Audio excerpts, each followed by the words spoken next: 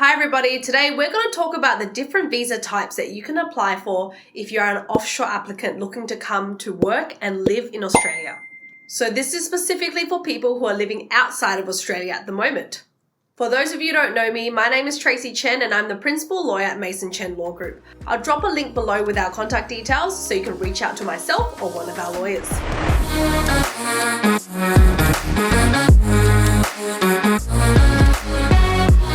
I'm actually recovering from the flu at the moment, and I must say that although I think my COVID was a little bit more serious, this has taken longer. I've been sick for a whole week now. It's absolutely ridiculous. Anyways, before I jump into the video, don't forget to like and subscribe and share this video with people who need it. I know that a lot of people here in Australia or overseas may have family members that are looking to migrate to Australia. So just remember, the visas I'm going to talk about today are specifically for people who want to come and basically live and work in Australia. Now, the skilled migration program or the employer sponsorship program in Australia is very much based on the occupations and the demand at the time. That's why you hear people say things like, oh, the occupation list changed again. And although it has changed a couple of times since I've been in this industry, I don't think it changes all the time. It's just more so there's a different demand for certain occupations. Different states have different demands as well. So I don't think it's specifically completely changed and there's a whole revamp of it. But I won't go into too much detail. I'll leave that for another video. So first of all, if you have an occupation on the relevant occupation list for employer sponsorship, definitely go for that, because employer sponsorship is quick, it's reliable, and you can basically plan around it. However, not all occupations are available on the list, so you have to jump to the occupation list and see if your occupation is actually on there. I'll drop a link below for you guys to see as well. The only thing about this is you do need an employer to sponsor you. So whether it's for the temporary skills shortage visa subclass 482 or the employer nominated scheme 186 visa, basically direct entry, you need an employer to nominate you for that position. Only then can you apply for the visa. Now, in saying that, a lot of people ask me, how do I find an employer to sponsor you? There are certain industries that do it more than others. However, I can guarantee you there are a lot of Australian companies that do sponsor overseas workers. Some migration firms, some migration practices are purely focused on employer-sponsored visas. And I've worked in those firms before. They didn't do any, partner visas, general skill migration, just employer-sponsored visas, and they had big teams focusing on that. So as you can see, there are a lot of employers that sponsor. I guess, how do you reach out to these employers and find this opportunity? I think you should definitely look to recruiters as the first point of contact. There are a lot of recruiters out on LinkedIn and other platforms looking for candidates to fill these positions for the Australian businesses. So I know that there are recruiters that work specifically for hospitality businesses, ones in banking, in trade even. Overall, there's just a huge skill shortage in Australia. So you've just got to look around for the right employer. And I know people say, it's quite difficult. But to me, I think it's just as hard as can be and competitive as it can be to find a job. You just got to find the right one and look in the right place. But I can guarantee you the opportunities are definitely there. Now, to be able to qualify for any of these visas, you must have, the relevant qualifications and the right amount of work experience. You have to have the work experience. Otherwise, why would the employer sponsor you to come to Australia to work? It's just like any job. Any job, you might look at the bottom of the job ad and it'll say, minimum 2 years work experience or whatever it is. Right now, we've got jobs going around for migration lawyer position, and we're looking for people with at least 5 years work experience, and it is not easy. And migration law is a little bit different. It is an industry that is in Australia. So we are looking to hire people onshore.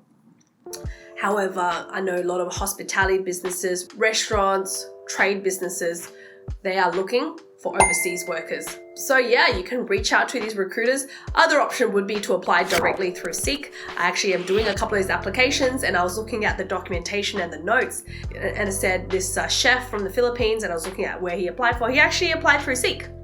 And when the business owner, the restaurateur, looked at his CV, he thought, this is the right guy and I want to sponsor him. And I'm sure there were onshore applicants as well, but he chose to hire the offshore applicant. So definitely go for that. So that's employer sponsorship. If you want to find out a little bit more in detail about employer sponsorship, I've actually done videos for this. I'll leave the link below to those videos. You can find out more in detail about what the requirements are. Again, there's qualification requirements, there's work experience requirements, there's English requirements, and obviously you have to meet the health and character checks. Second of all, we have the skilled visa, which is also known as general skilled migration. Now, although there's quite a few different types of these visas, in this video, I am referring to the 491, 190, and 189 essentially. Now, to be honest, I have not seen a 189 invitation for a while for an offshore client, so I won't talk too much about that today. But basically, to apply for any of these visas, you first need to express your interest to be invited to apply for the visa. Now, the 491, if you are invited for that visa, it is a temporary visa, a 5-year temporary visa. You'll be able to come to live and work in regional Australia. Now, the requirements of that visa is that if you continue to live and work in regional Australia for the next 3 years, even though it's a 5-year visa, technically after 3 years, you meet the requirements, you meet the income requirement, you can apply for permanent residency, which is the 191 visa. The other visa I'll be talking about is the 190 visa. It's called the skilled nominated visa. Again, different occupation list and different requirements. However, that is direct permanent residency.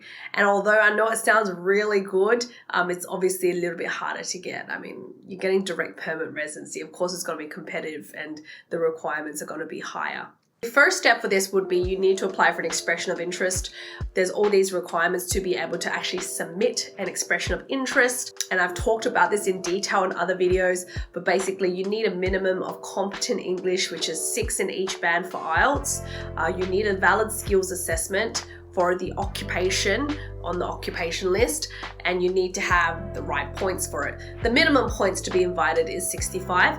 I have seen some invitations for offshore applicants at 65, but don't use that as a benchmark. It is highly competitive. You need a lot more points to actually apply. So once you've actually completed your expression of interest, you'll see that you actually have to pick a state where you want to migrate to. And then you may have to make another application depending on the requirements of the actual state.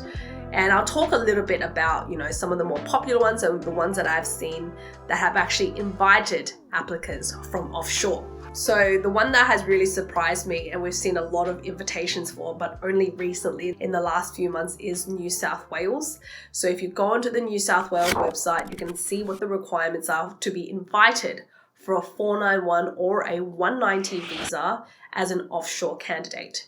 You may need to have, a lot of work experience and, high points and whatnot.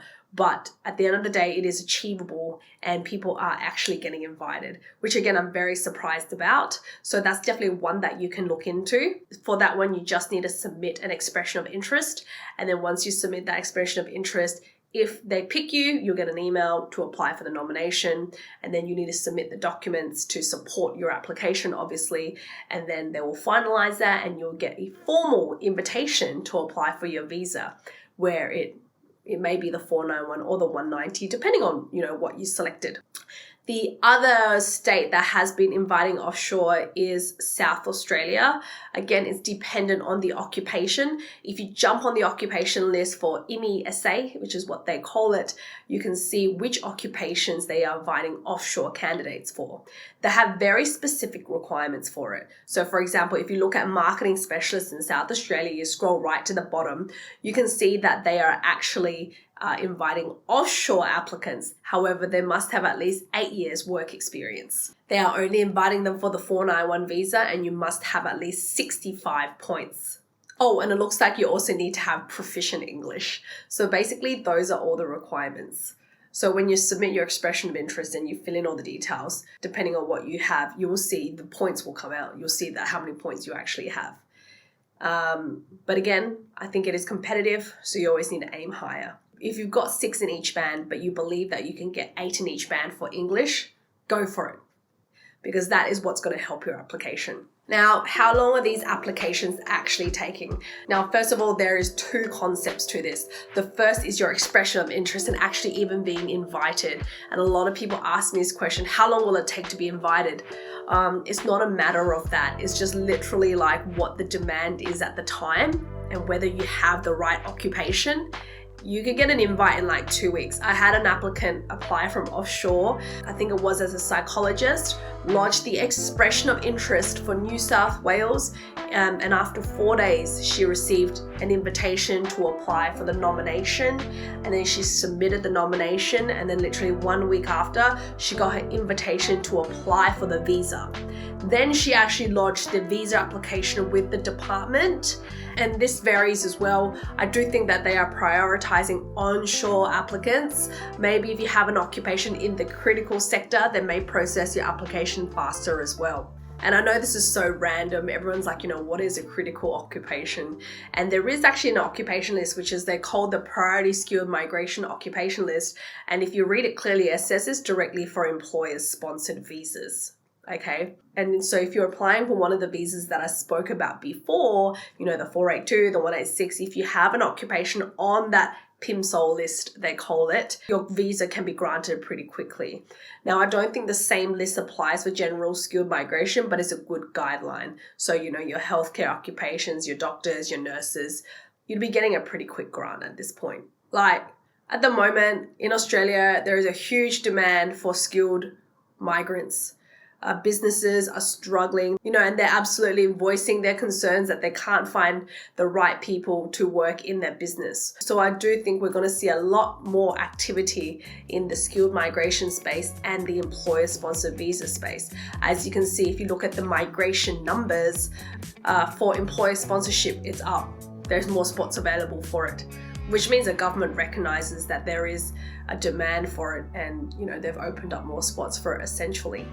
And it's great. We're really excited for the new financial year. All the states will be updating their requirements in the new financial year for general skilled migration, so not employer sponsorship.